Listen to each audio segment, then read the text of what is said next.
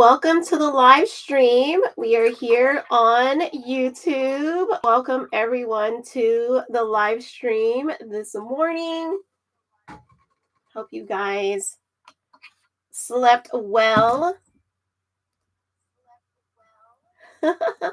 Looks like we have our sound and we are ready to go.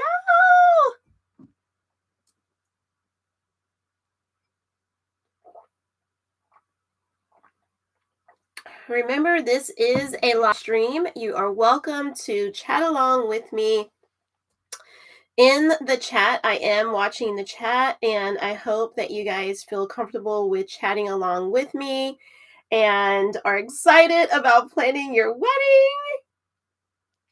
Let's get started. Let's get started. Lights, camera, action! Let's start the show. Here's a little bit of wedding advice from me to help your love story unfold. Ladies, grab your crowns, and grab your notebook because today we are talking about all things wedding events to celebrate your engagement. So, everything that's involved in the actual planning, okay? The actual planning of those fun, exciting events, okay? So there's a lot of events that you can have to celebrate your big day, okay? It's not just about the wedding day anymore. It's about all of those events in between. And so that's what we're going to be discussing today is those events that are before we get to the wedding day itself. And what are you going to wear? What are you going to wear? Okay, we're talking about where to find inspiration and giving you a little bit of idea of like what you could wear and why you should wear certain things to certain wedding events. Okay. You guys may see me look down for a beat just to check my notes and things like that and make sure I'm still in the frame. This is your wedding series podcast, and we are talking about planning your wedding from the beginning. But we're not going to be starting with just the engagement. For most of you who joined me in season 1, we did talk about how you can become financially stable before you even get to this part of your life and becoming an adult and dating for marriage, how to date for marriage. So go back and watch season 1. We fast forwarded all the way to the year and the age in which you get engaged. So obviously we're not still in age 14-year-old you. And I know nobody gets married at 14 years old, but it doesn't mean that you can't start to prepare for adulthood at 14 years old and planning your wedding. Okay. So those are some things that we talked about in season 1. But now we are in season 2. You're engaged. You've already had the proposal. You've also had the engagement party by this point. If not, if you haven't got to that yet, go back and watch the beginning of season 2. Okay. Go back and watch those. We are now in season 2, episode 11, and we're talking about which events are you going to have to celebrate your engagement? That proposal that came has now led to you being engaged. And so we are going to talk all about it. Now, what makes me an expert? I have been married for 6 years at this point of making this video. I love weddings. As you can see, I will forever be a bride. I will forever be a part of the bride tribe, and I will forever be team bride. Okay. So I love weddings so much, but I'm also a content creator. We're going to talk a little bit more about that as we are in these episodes. And so, as a wedding content creator, I just have a passion for weddings, parties, and events. That's just what I do. Okay. So I get very excited about it. I love to talk about it. And so I'm sharing some of my expertise with you right here on this platform. I hope that you are enjoying the podcast. I hope that you feel free to chat along with me, to hang out, to really, really explore what it is to be a bride. Okay. Especially in today, like today, because it's not the same as what it was decades and even years ago. Like lots of things have changed. Yesterday we were talking about traditions, and even traditions have changed quite a bit. And we played a game called Keep It or Leave It. And so I hope that you guys have been just getting a kick out of these episodes, because I know I have. This has been so much fun for me, and I'm excited that I get to share it all with you. So let's talk about today's episode. Which events are you going to have? So that's number one. You've probably already had, obviously, the proposal, you've had the engagement party, and now there's a lot of other events that are going to come around. The next thing is probably going to be your engagement photo shoot. Now, I have discussed how I feel like the engagement photo shoot is a very interesting thing to have, because to me, you've already had the proposal, and that's when photos and videos should have been taken. Screen grabs from those could be used for your save the dates, because that's when you're really, really in the moment. But I know that people take a separate day to have an engagement photo shoot. So we are talking about that. Okay. And having an engagement photo shoot, you don't have to have. Just remember that for all of these events. These are not events that you have to have. We're just going to talk about what most people are doing these days, and if you want to incorporate them into your big celebrations. Okay. So we have the engagement photo shoot. You probably want to make sure that you pick out something that matches your personalities for both you and your fiance. And that's going to go for pretty much all of these, especially when you're going to be attending them together. There are going to be some events that you won't attend together that will be separate. Okay. So we're starting with the engagement photo shoot. What do you want to wear? Something that fits your aesthetic. Now, you don't want to show up in pants if you don't normally wear pants. You don't want to really show up in a dress if you don't normally wear a dress. If you all of a sudden picking out clothes that really don't fit with you, you're going to look back on those pictures and be like, what was I wearing? What is this? Why am I wearing this? So you want to think about you and what your personality is. I've seen people wear to engagement shoots like jeans and a top, because that's who they are. They're farm people, they want to fit who they are. I know that me and my sweet honey, I can't wait to tell you guys about our story when it came to our outfits. And people were like, I can't believe that that's what they're wearing. Like, they were pretty shocked about it.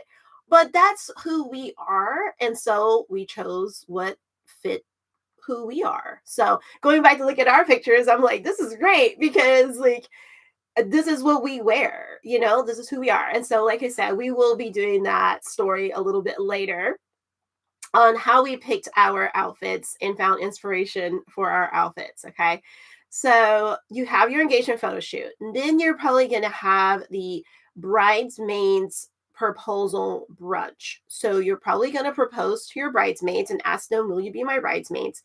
And maid of honors, matron of honors, all the good things, flower girls as well. You may even throw in your flower girls. Not sure. It depends on the person. And so you are going to have an event, probably an event for them, like a brunch. That's what a lot of people are doing these days. So you want to pick out something that's going to fit for you for that brunch. All of these, like I said, is going to be the same thing.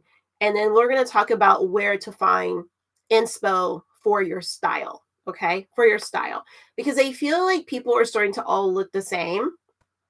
And that's kind of silly. I like the brides that are keeping it like real and still being themselves, even in the engagement, like all the events during the engagement, during the wedding series is what we're calling it, right? But it's really your engagement era. That's really what it is. So picking out the right outfits is important.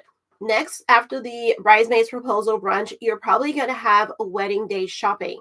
When you go wedding day shopping, you want to find something comfortable. You want to be comfortable. And I'll tell you why. Something that you can easily get in and out of, because if you're wearing something that's a lot of pieces, that's going to be really hard going from store to store and trying on these dresses and these gowns. Okay. So you want to wear something that's probably like just a one piece, and you can take it on and you can put it back, take it on and take it off very, very easily. Okay. Later in another episode, we will be talking about all the things you should bring to wedding day shopping specifically.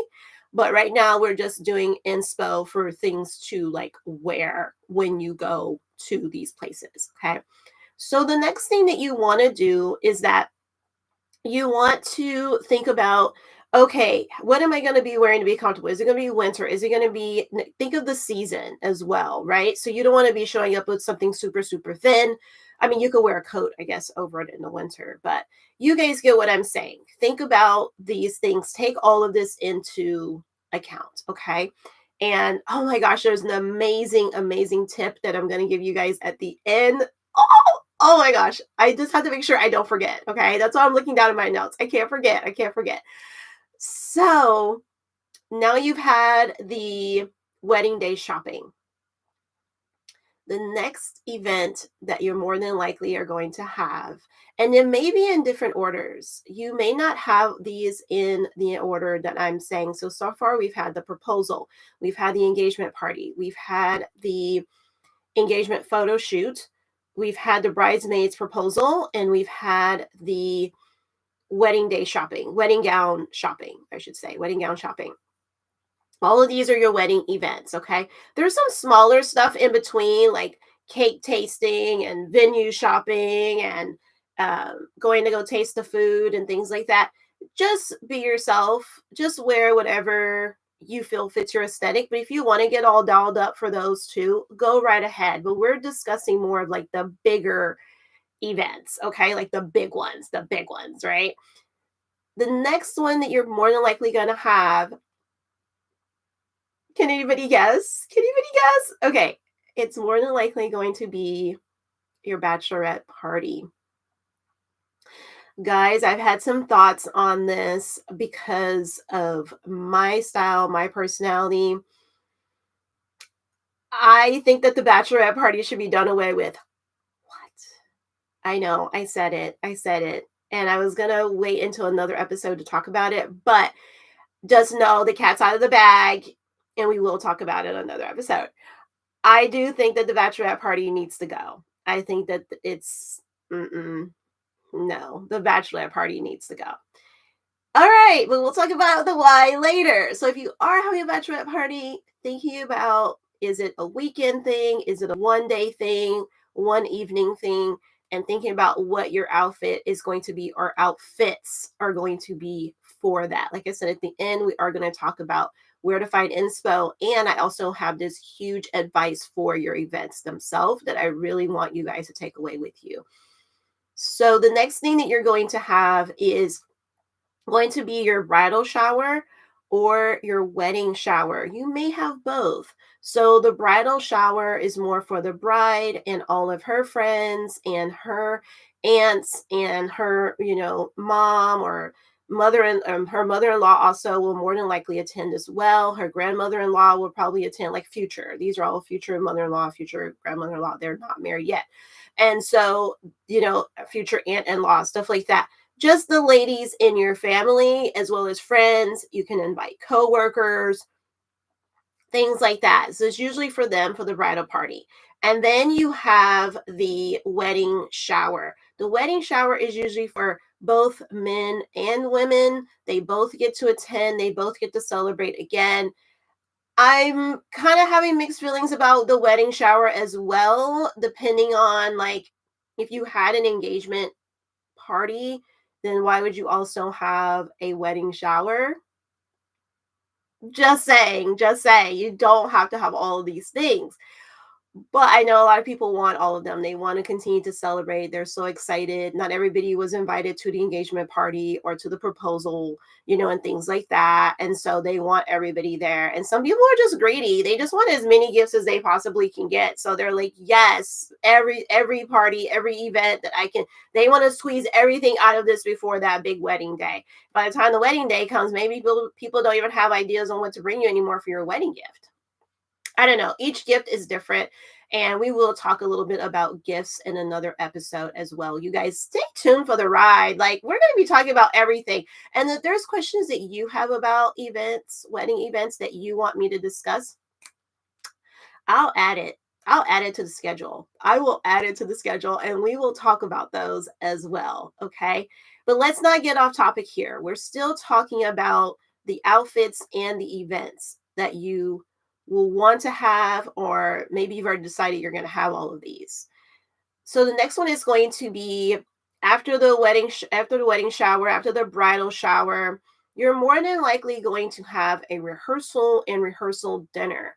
You definitely want to look your best at this. This is the rehearsal for your wedding day. So this is going to be more than likely the last event just before you get married, because you have the rehearsal and the rehearsal dinner the day and night before your wedding, unless you're going to put your bachelorette party after the rehearsal dinner. So then some people also have like a welcome dinner, they'll call it that instead of the rehearsal dinner, for people who don't live in that city or state or country where they live. They'll usually have like a welcome dinner party for them to say thank you for flying out, thank you for traveling in, driving in, whatever it might be. But getting back to rehearsal, you want to look nice. You want to look super nice. All eyes are going to be on you, and even if they weren't, I mean, they should, you're the bride. Even if they weren't, you want to look fabulous for yourself and for your honey, okay? So make sure at the rehearsal that you look super. Make sure that you have a rehearsal. I know that even when people have smaller weddings, they're like, oh, I don't need a rehearsal, I know what to do. No, you don't. No, you don't. You need to walk through the logistics of the wedding. You're going to be doing it at a speed up rate. It's going to be quicker. Have the rehearsal and have a rehearsal dinner. The rehearsal dinner is usually so that nobody has to worry about what they're going to eat the night before the wedding. The people in the immediate bridal party, like the bridesmaids and the immediate family, are invited to this. You are not trying to feed your entire family the night before the wedding. So everyone, aunts and uncles and all those people, don't need to be invited. We're talking about mom, dad, and grandparents. Okay. I mean, you do whatever you want, but that's usually who's invited to the rehearsal dinner. Okay. And then you have the bridal party who's also invited, but just the bridesmaids, groomsmen, and that's it. So you don't need to be inviting, you know, all the people that are in your bridal party. You've got tons of people that we could list, like ushers and the officiant and so on and so forth. We had our officiant just because like he's